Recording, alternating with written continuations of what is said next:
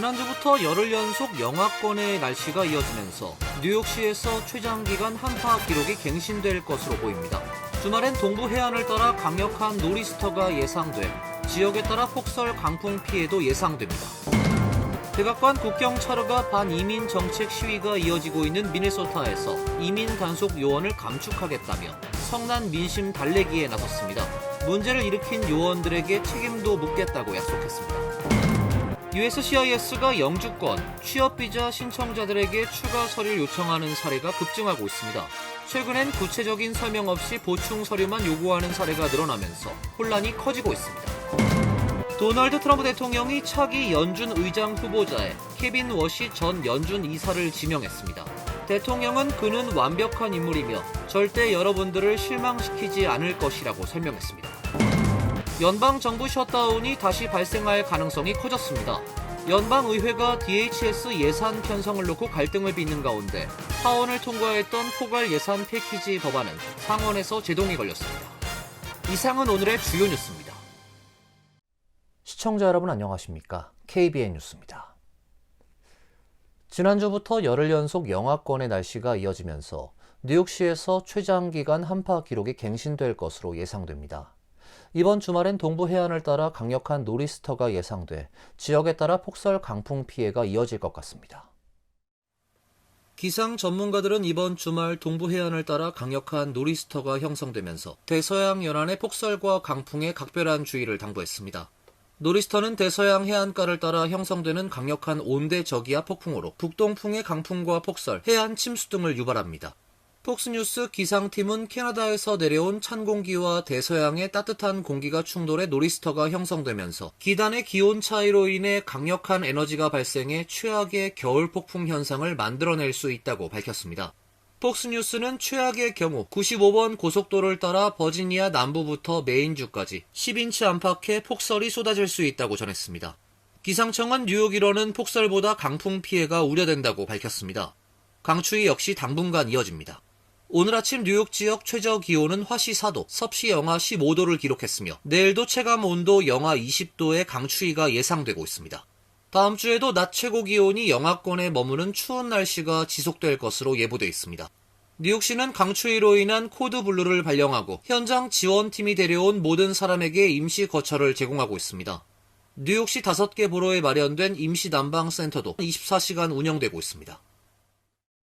백악관 국경 차르가 반이민 정책 시위가 고조되는 미네소타 미니애폴리스에서 이민 단속 요원을 감축하겠다며 성난 민심 달래기에 나섰는데요. 문제를 일으킨 요원들의 책임도 묻겠다고 약속했습니다. 톰 호먼 백악관 국경 담당 이민 단속 총책임자는 어제 미니애폴리스에서 기자회견을 열어 법과 질서를 회복하겠다며 일부 요원들의 철수를 밝혔습니다. 호먼은 어떤 조직도 완벽하지 않다며 우린 특정 개선 사항이 가능하고 필요하다는 점을 인식했다고 말했습니다. IC와 CBP의 미네소타에서 인원 감축 계획을 수립하도록 요청했다며 교도소에 더 많은 요원이 배치되면 거리엔 더 적은 요원이 배치될 것이라고 설명했습니다. 시위대의 증오 발언과 방해, 간섭이 중단되면 감원 규모는 확대될 수 있다고 강조했습니다.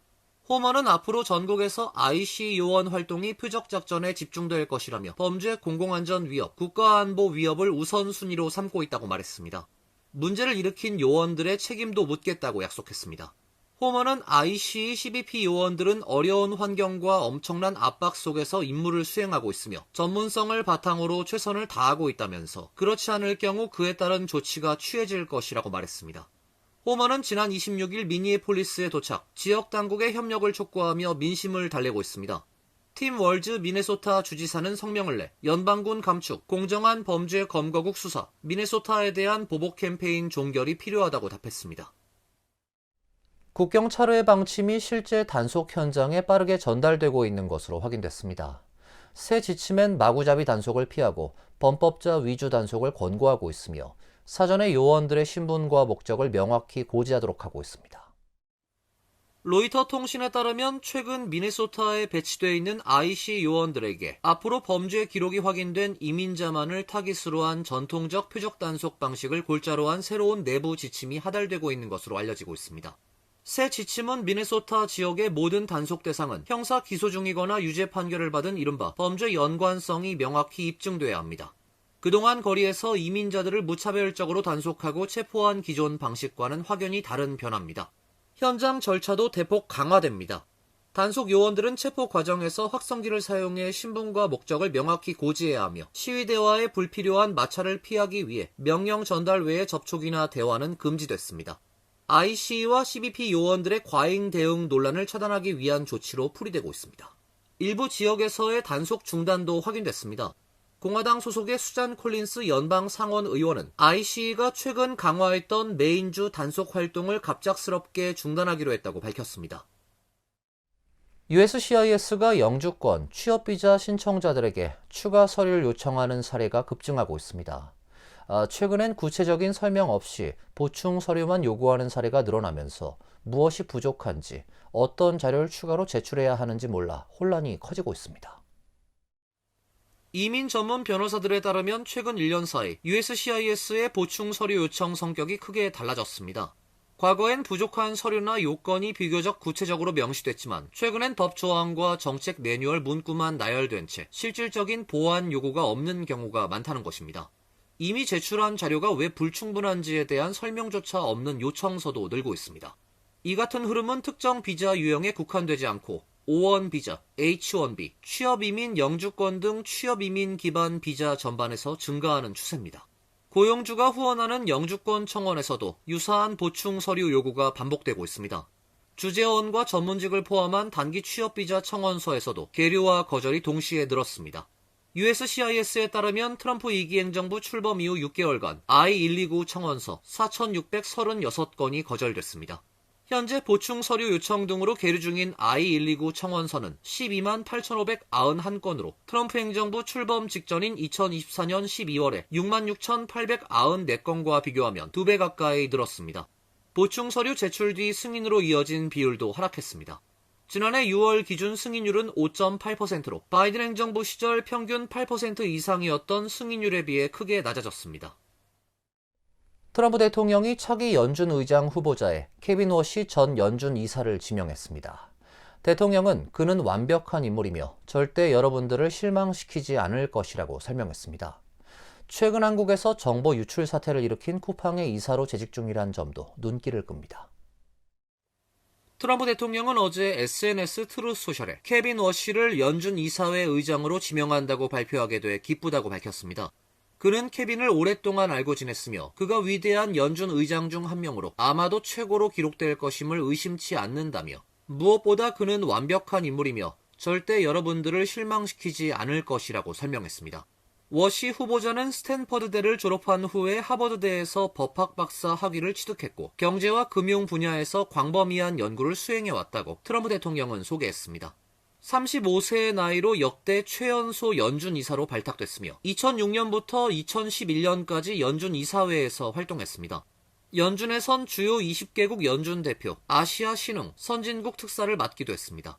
최근 정보 유출 사태로 도마 위에 올라있는 쿠팡의 이사로 재직 중이란 점도 눈길을 끕니다.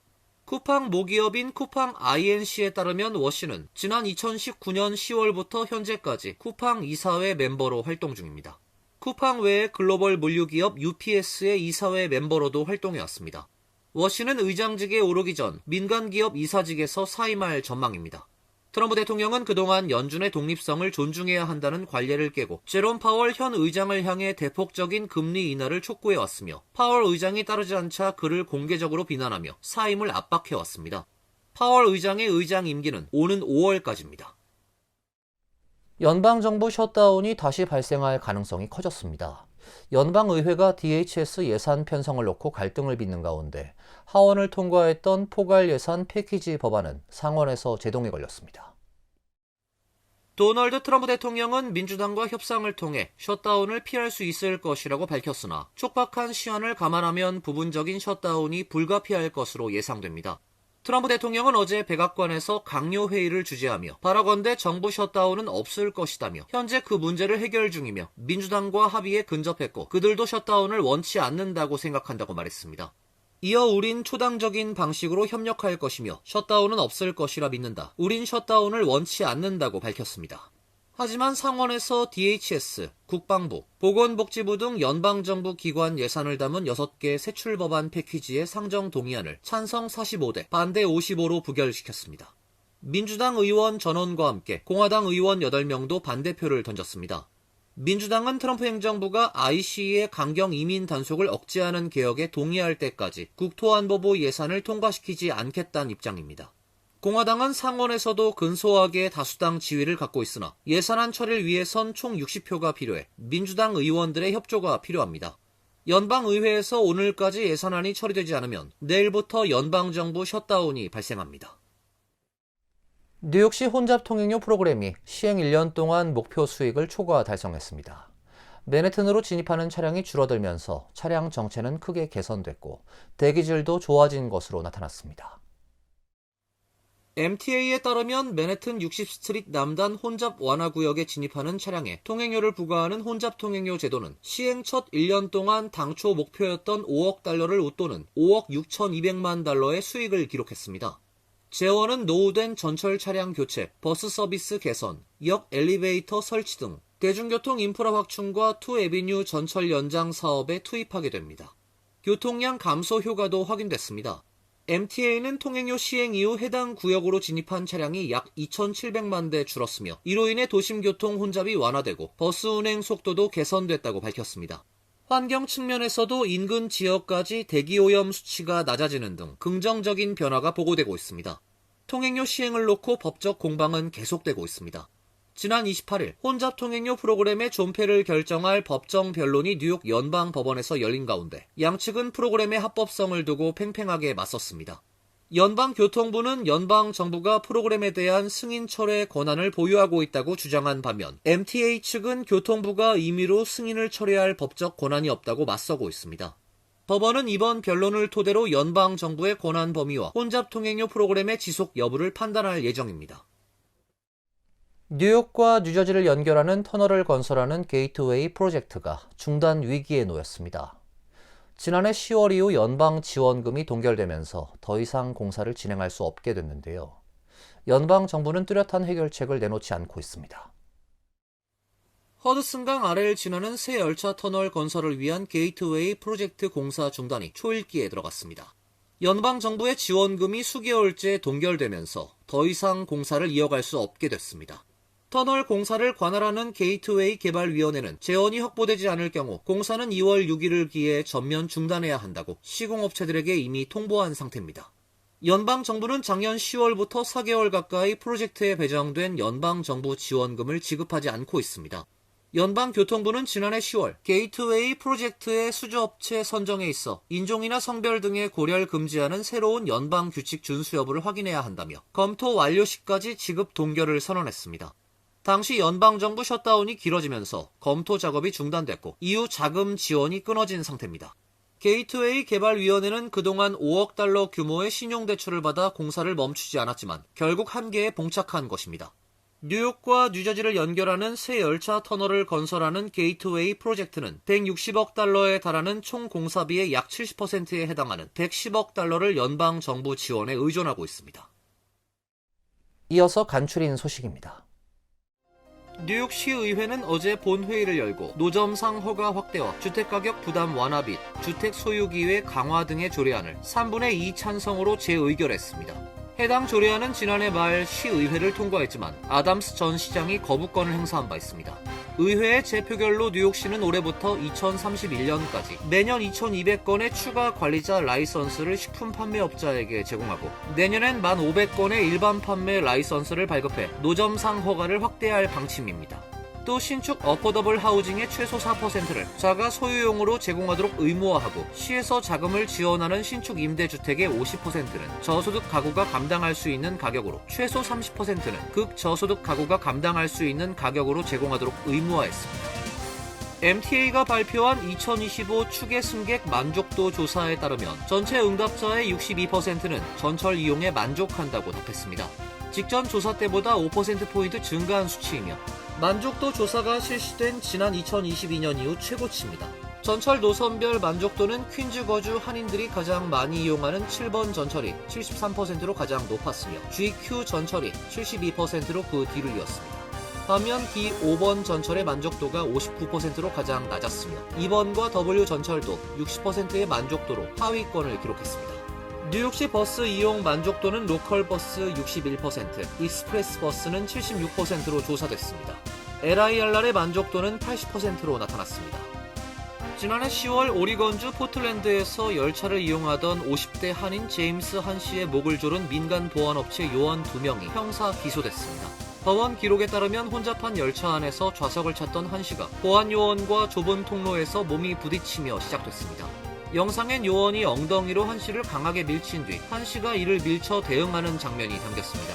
이후 또 다른 요원이 한 씨의 등에 올라타 팔로 목을 감싸는 이른바 초크 홀드를 가했고 한 씨는 5에서 10초간 숨을 쉴 수 없었다고 진술했습니다. 검찰은 요원들에게 공공교통 방해와 교살 혐의 등을 적용해 기소했으며 한 씨는 별도의 민사소송도 제기했습니다. 론김 뉴욕주 하원 의원은 비영리 시민단체 어반 업바운드와 함께 무료 세금 신고 서비스를 제공한다고 밝혔습니다. 무료 세금 신고 서비스는 오늘부터 오는 4월 세금 신고 마감일까지 매주 금요일 김 의원 사무실에서 제공됩니다. 대상자는 김 의원 지역구에 거주하며 소득 기준을 충족하면 무료 세금 신고 서비스를 받을 수 있습니다. 론김 의원은 지역구 주민들에게 무료 세금 신고 서비스를 제공하는 협력 관계를 지속할 수 있게 돼 자랑스럽다고 밝혔습니다. 무료 세금 보고 서비스를 받으려면 방문 전에 김 의원 사무실로 전화해 예약해야 합니다. 환율과 증권 소식입니다.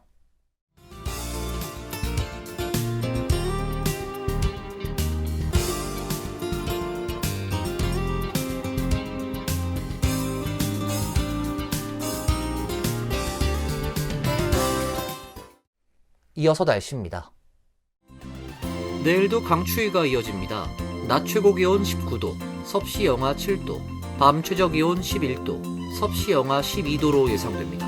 일요일은 흐린 가운데 일부 지역에선 눈이 예상됩니다. 월요일은 대체로 맑은 가운데 추운 날씨가 이어지겠습니다. 이상으로 KBN 뉴스를 마칩니다. KBN과 함께 즐거운 시간 되시길 바랍니다. 동부 최대 한인방송 KBN이 제작하는 KBN 뉴스는 웹사이트 mykbn.com 그리고 유튜브와 페이스북에서 다시 보실 수 있습니다. 좋아요, 구독, 알림 설정은 뉴스 제작에 큰 도움이 됩니다.